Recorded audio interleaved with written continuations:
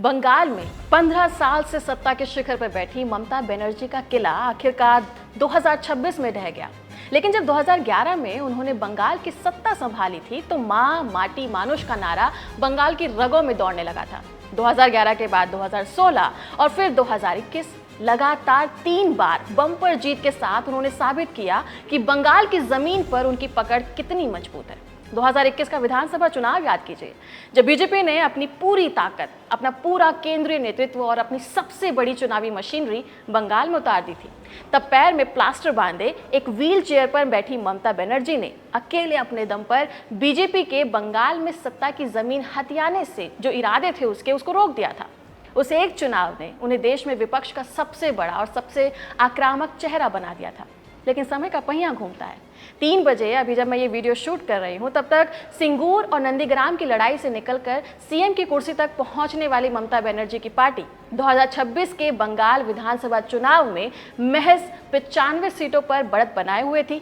वहीं 192 सीटों पर आगे चल रही बीजेपी बंगाल की सबसे बड़ी पार्टी बनने जा रही है और अपना बरसों का सपना यानी कि बंगाल को पाने का सपना आखिरकार पार्टी पूरा करने वाली है। लेकिन ये सब कैसे हुआ? ममता कहाँ चूक गई? बंगाल की राजनीति में आखिर ऐसा क्या हुआ कि जनता ने बीजेपी को अपने सराखों पर बिठा लिया? जानेंगे इन सभी सवालों के जवाब हमारे इस वीडियो में। नमस्कार, मेरा नाम है डिम्पिका और आप देख रहे हैं खबरगांव।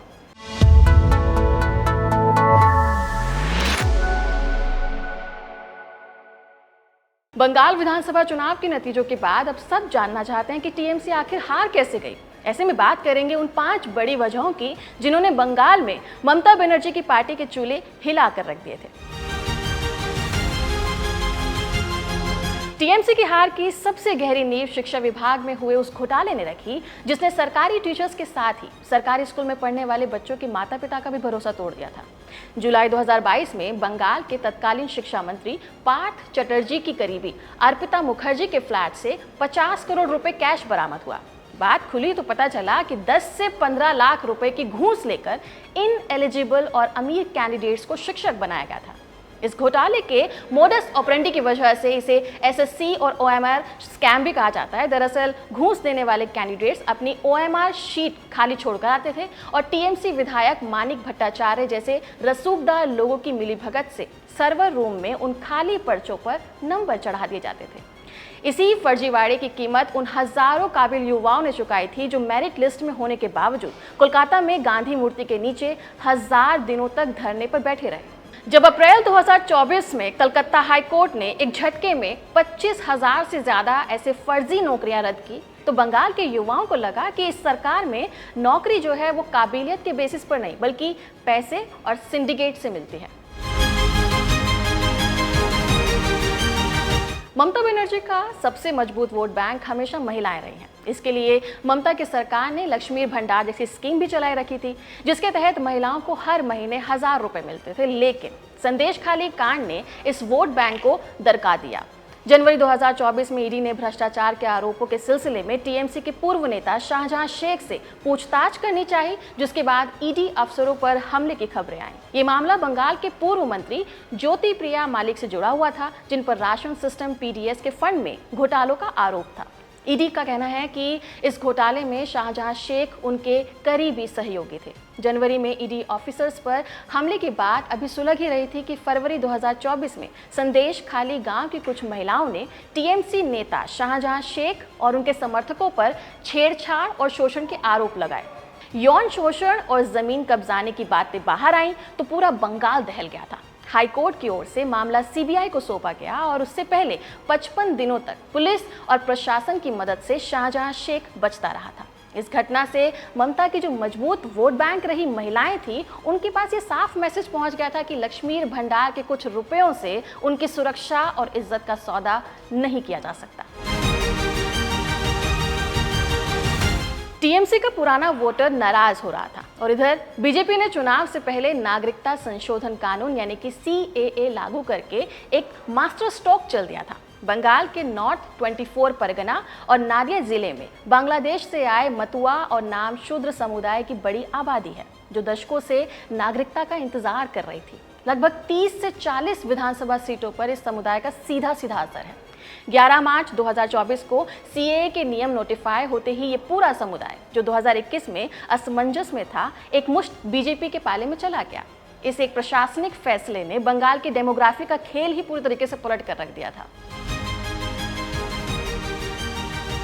इसके अलावा बंगाल में करीब 27 से 30% मुस्लिम आबादी है। 2021 के चुनाव तक ये तबका बीजेपी के खौफ से एक अभेद्य दीवार की तरह टीएमसी के पीछे खड़ा रहता था, लेकिन 2026 के आते आते इस वोट बैंक का मोह भंग हो गया, क्योंकि उन्हें समझ में आ गया था कि सत्ता उन्हें सिर्फ वोट बैंक की तरह इस्तेमाल कर रही है। इस दरार की पहली बड़ी सुगबुगाहट 2023 के सागरदिघी उपचुनाव में ही सुनाई दे गई थी, जब 60% से ज्यादा अल्पसंख्यक आबादी वाली उस सीट पर वामपंथियों के समर्थन से कांग्रेस ने टीएमसी को पटखनी दे दी थी।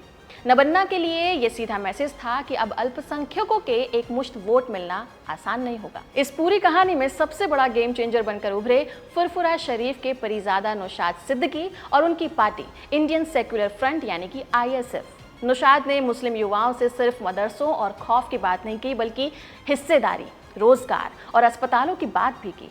जो पढ़ा लिखा अल्पसंख्यक युवा टीएमसी के लोकल नेताओं के कटमनी और करप्शन से तंग आ चुका था, उसे आईएसएफ में अपनी एक नई आवाज मिल रही थी। अब जरा इसका चुनावी गणित भी समझ लीजिए। मालदा, मुर्शिदाबाद और दिनाजपुर जैसे मुस्लिम बहुल इलाकों में अगर अल्पसंख्यक और बीजेपी विरोधी वोट टीएमसी, लेफ्ट, कांग्रेस और आईएसएफ के बीच में 10 से 15% बट भी गया, तो इस त्रिकोणीय मुकाबले का सीधा फायदा बीजेपी को मिल गया, जिसका कोर हिंदू वोट समर्थन कर रहा था। इसी वोट कटवा फैक्टर ने ममता बनर्जी के सबसे सुरक्षित किले में सेंध लगा दी थी। टीएमसी के हारने का last but not least factor रहा पश्चिम बंगाल में गिरता हुआ इंडस्ट्रियलाइजेशन और घटती फॉर्मल नौकरियां। ममता बनर्जी के पास लक्ष्मी भंडार और कृषक बंधु जैसा फ्रीबीज मॉडल तो था, लेकिन युवाओं को फ्यूचर बनाने का कोई ठोस रोड मैप नहीं दिया गया था। बंगाल की हकीकत ये हो गई थी कि एक तरफ माँ को सरकार जो थी वो महीने में 1000 रुपए दे रही थी, लेकिन उसी माँ का ग्रेजुएट बेटा 15,000 की नौकरी के लिए बैंगलोर, दिल्ली या केरल में धक्के खा रहा था। सिंगूर के नैनो प्लांट विवाद के बाद से बंगाल पर ऐसा ठप्पा लग गया कि कोई भी बड़ी कॉर्पोरेट कंपनी या फिर मैन्युफैक्चरिंग हब वहां पर अपना सेटअप ही नहीं लगाना चाहता था। आईटी पार्क्स और बड़ी फैक्ट्रियों की जगह मोहल्ले के सिंडिकेट राज ने ले ली थी। रिजर्व बैंक्स और लेबर फोर्स सर्वे का डेटा लगातार ये चेतावनी देता रहा कि बंगाल में फॉर्मल जॉब्स खत्म हो रहे हैं और पूरी इकोनॉमी सिर्फ दिहाड़ी या फिर अनौपचारिक नौकरियों पर टिक गई है। इसी जॉबलेस ग्रोथ और भविष्य की असुरक्षा ने उस नौजवान वोटर को टीएमसी के खिलाफ खड़ा कर दिया था, जो अब सरकारी खैरात पर पलने के बजाय अपना हक और सम्मान की नौकरी चाहता था। हालांकि ममता बनर्जी की सरकार ने युवा साथी स्कीम जैसी एक और रेवड़ी बंगाल के युवाओं की झोली में डालनी चाहिए, लेकिन कामयाब हो नहीं पाई। आप बताइए कि आपको क्या लगता है कि टीएमसी के बंगाल में हारने की सबसे बड़ी वजह क्या रही होगी? कमेंट बॉक्स में आपकी राय का इंतजार रहेगा। इसको लिखा है मयंक ने, रिकॉर्ड किया है तौफिक ने। मैं हूं डिम्पिका और अब बने रहिए खबरगांव के साथ।